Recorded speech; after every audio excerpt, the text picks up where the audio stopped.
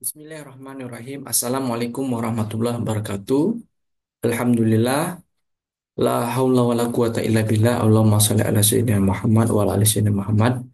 Bertemu lagi bersama saya Khairul Rijal Widya Iswara, Balai Diklat Keagamaan Palembang, Kementerian Agama. Insya Allah hari ini teman-teman sekalian, pejuang NIP, insya Allah saya akan berbagi tentang eh, tips-tips ya dalam mempelajari TIU.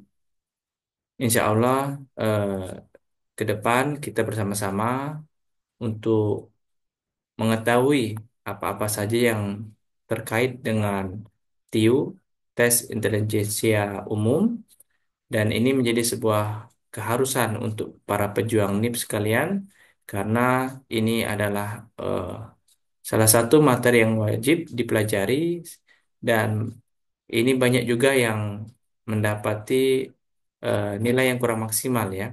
Maka dari itu, harusnya kita mempersiapkan diri sebaik-baik mungkin. Mudah-mudahan di tes CPNS tahun 2005 ini, insya Allah kita semua akan mendapatkan skor yang tinggi dan insya Allah masuk kepada perankingan. Baik, langsung saja saya akan sampaikan terkait dengan tips mempelajari TIU CPNS. Baik, teman-teman sekalian, yang harus kita lakukan dalam mempelajari TIU adalah yang pertama, kita harus tahu dulu apa itu TIU ya. TIU merupakan bagian dari seleksi kompetensi dasar atau SKD dalam tahapan seleksi CPNS. Kemudian apa sih tujuan dan maksud dari diadakannya tes TIU ini? Yakni mengukur kemampuan berpikir logis, mengukur kemampuan numerik dan juga verbal seorang CASN atau CPNS itu tersebut. Kemudian ketika kita sudah berupaya sekuat tenaga kita untuk mempelajari, untuk memperdalam ilmu tentang TIU, maka pemahaman yang baik akan membantu kita dalam meningkatkan skor yang tinggi. Selanjutnya, adapun materi-materi yang akan diuji dalam TIU itu, yang pertama adalah kemampuan verbal. Ya, termasuk di dalamnya adalah tentang sinonim yang pertama, kemudian yang kedua antonim, yang ketiga analogi, dan juga pemahaman bacaan. Nanti kita akan bahas secara detail, khusus nanti untuk eh, bagian pembahasan soal dan juga jawaban. Yang kedua, yang termasuk dalam materi ujian dalam TIU nanti adalah kemampuan numerik. Juga termasuk dalam pembahasan adalah aritmetika, aljabar, deret angka, dan bahkan logika matematika. Kemudian yang ketiga adalah kemampuan logika dan analitis. Kemampuan logika dan analitis calon CASN atau CPNS ini termasuk juga tentang penalaran ya. Biasanya di tahun 2024 dan juga tahun 2023, eh, sepengalaman saya pada saat itu memang penalaran ini cukup banyak soal-soalnya. Kemudian tentang silogisme dan juga terakhir tentang pola gambar. Ini yang paling saya suka karena pola gambar ini eh, ada tipsnya, ada triknya dalam memahami pola dan sehingga kita bisa cepat dalam mengentaskan atau menyelesaikan soal-soal tentang pola gambar. Nanti insya Allah kita akan bahas di pertemuan khusus untuk membahas soal-soal TIU. Kemudian strategi awal yang harus kita lakukan dalam mempelajari TIU ya. Yang pertama adalah memahami jenis soal yang sering keluar. Jadi teman-teman sekalian sering-sering membaca soal ya. Nanti bisa download di ebook ataupun beli langsung di buku secara cetak ya, buku cetaknya sebagai guidance ataupun sebagai panduan kita untuk eh, mengasah kemampuan kita tentang ketiuan. Yang kedua, gunakan buku dan sumber belajar yang terpercaya ya. Dan insya Allah nanti kita bersama-sama akan belajar ya untuk mengetahui dan juga untuk membahas tentang soal-soal TIU. Kemudian yang ketiga adalah lakukan latihan atau try out ataupun simulasi ujian. Sehingga dengan kita terbiasa, insya Allah kita semua akan terbiasa juga dalam menjawab soal-soal sehingga pada saatnya nanti pada ujian kita juga tidak terlalu kesulitan dalam menjawab soal. Yang terakhir, gunakan teknik manajemen waktu, artinya sudah kita pernah bahas di pertemuan sebelumnya adalah kita memanage waktu dengan sebaik dan seoptimal mungkin. Karena kenapa? Kalau kita waktu yang kita setting itu tepat sesuai dengan rencana atau planning, insya Allah eh, soal demi soal kita bisa selesaikan dengan target yang tepat seperti itu. Selanjutnya adalah tips mempelajari soal verbal. Tadi sudah kita bahas, yang harus kita ketahui adalah eh, materi ya. Di TIU ini salah satunya materi tentang verbal.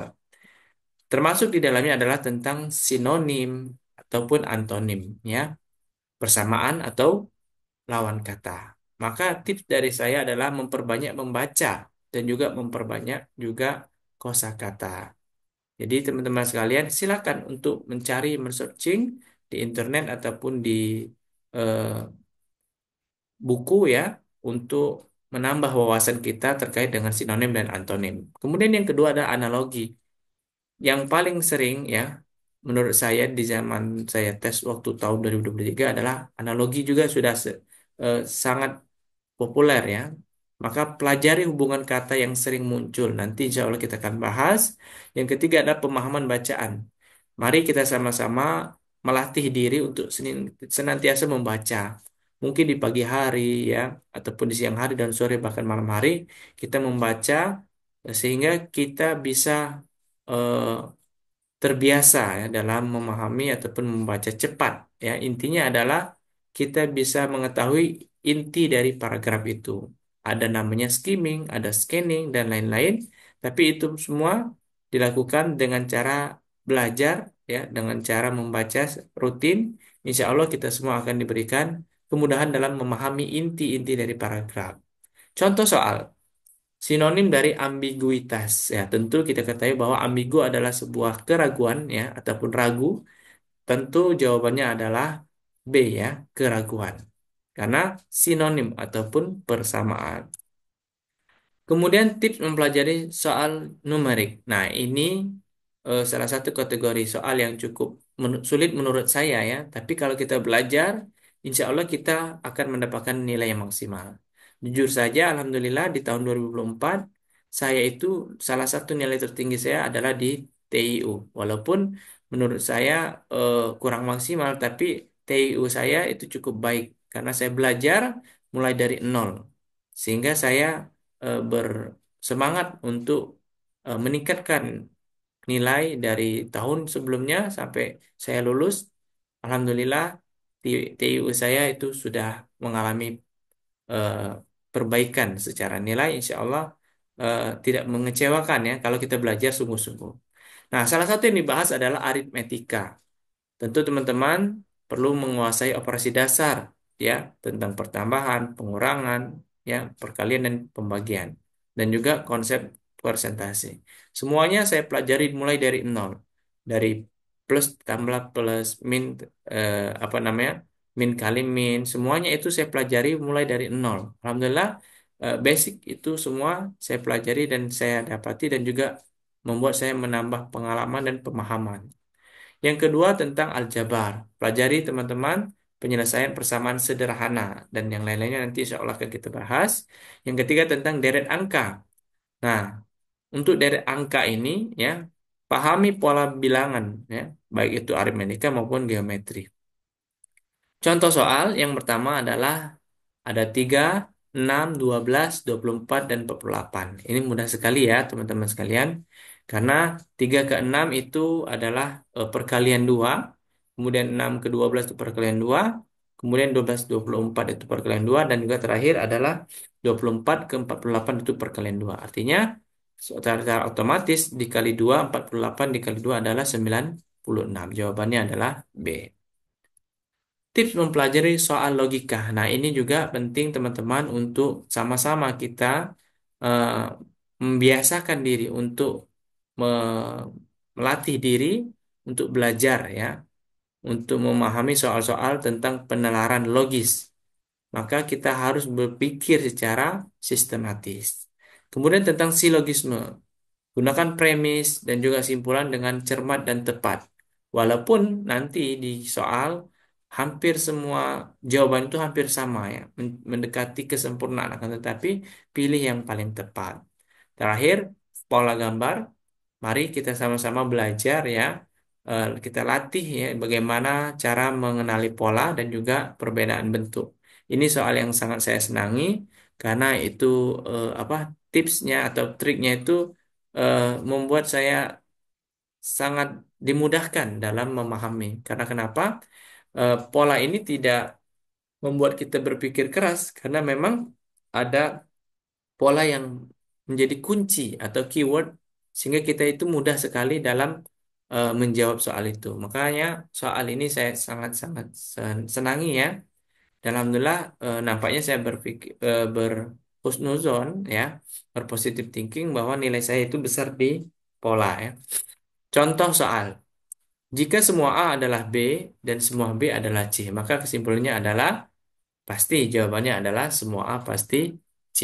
Ini salah satu contoh ya. Nanti secara detail akan kita bahas di khusus pembahasan soal dan jawaban. Latihan soal dan evaluasi. Teman-teman sekalian, saya merekomendasikan untuk senantiasa mengikuti simulasi CAT ya atau tryout, kemudian evaluasi hasil latihan tersebut ya dan perbaikilah kesalahan-kesalahan ataupun kelemahan kita. Sehingga kita bisa mengupgrade ya pengetahuan dan pemahaman kita di bagian yang lemah tersebut. Apakah di bagian aritmatika ataukah di pola gambar, silakan untuk dipahami betul, ditelusuri bahwa di mana letak titik kelemahan kita dan berupaya kita ke depan bisa memperbaikinya. Dan tingkatkan kecepatan dan akurasi. Tentu dalam penjawaban soal ini perlu ketangkasan, kecepatan dan akurasi yang tepat. Jangan sampai kita menyelesaikan satu soal dengan waktu yang sangat lama seperti itu. Padahal kita terbatas oleh waktu, terlimitasi ataupun terbatasi oleh waktu. Simpulannya teman-teman sekalian, TIU CPNS menguji kemampuan verbal kita, kemampuan numerik kita, dan juga logika kita. Maka kunci suksesnya adalah latihan rutin. Saya ingatkan kembali, saya habiskan waktu ya dalam satu hari lebih kurang 2, 3 sampai 4 jam dalam satu hari. Sehingga saya memfokuskan bagaimana eh, kita bisa konsisten, komitmen dalam mempelajari, memahami soal-soal ataupun pembahasan tentang TIU khususnya ya. Kita pahami pola soalnya. Biasanya teman-teman sekalian, kalau di TIU itu per 5 soal itu ataupun per beberapa soal itu sudah kelihatan ya. Misalkan di akhir ya, ataupun di pertengahan itu khusus tentang pola gambar misalnya seperti itu. Nah, itu kalau kita sudah sering melatih dalam latihan rutin, baik itu simulasi ataupun tryout, pasti kita akan tahu di soal nomor berapa tentang pola gambar ya seperti itu. Dan konsisten. Atur strategi teman-teman sekalian sesuai dengan kemampuan dan waktu. Saya yakin dan percaya bahwa teman-teman ada kegiatan masing-masing, mungkin ada yang masih bekerja, sehingga untuk belajar eh, tentang TIU ya ataupun eh, SKD seleksi kompetensi dasar itu menggunakan waktu yang sisa ya. Tapi saya harap dengan waktu sisa ataupun mungkin teman-teman memang benar-benar fokus, silakan konsisten, silakan atur strateginya masing-masing sehingga teman-teman bisa lolos di kemudian hari. Baik, teman-teman, jangan takut gagal, terus berlatih dan percaya diri. Kemudian sukses dalam seleksi CPNS di tahun 2025. Terakhir, mohon teman-teman silakan bagi yang ingin update tentang informasi, sharing-sharing tentang ke-PNS-an atau CASN, maka insya Allah saya akan sharing nanti di akun TikTok dan akun Instagram kita, Bimbel Lulus ASN, dan semuanya free, tidak ada bayar untuk teman-teman, mudah-mudahan bisa bermanfaat. Saya ucapkan terima kasih. Saya akhiri wassalamualaikum warahmatullahi wabarakatuh.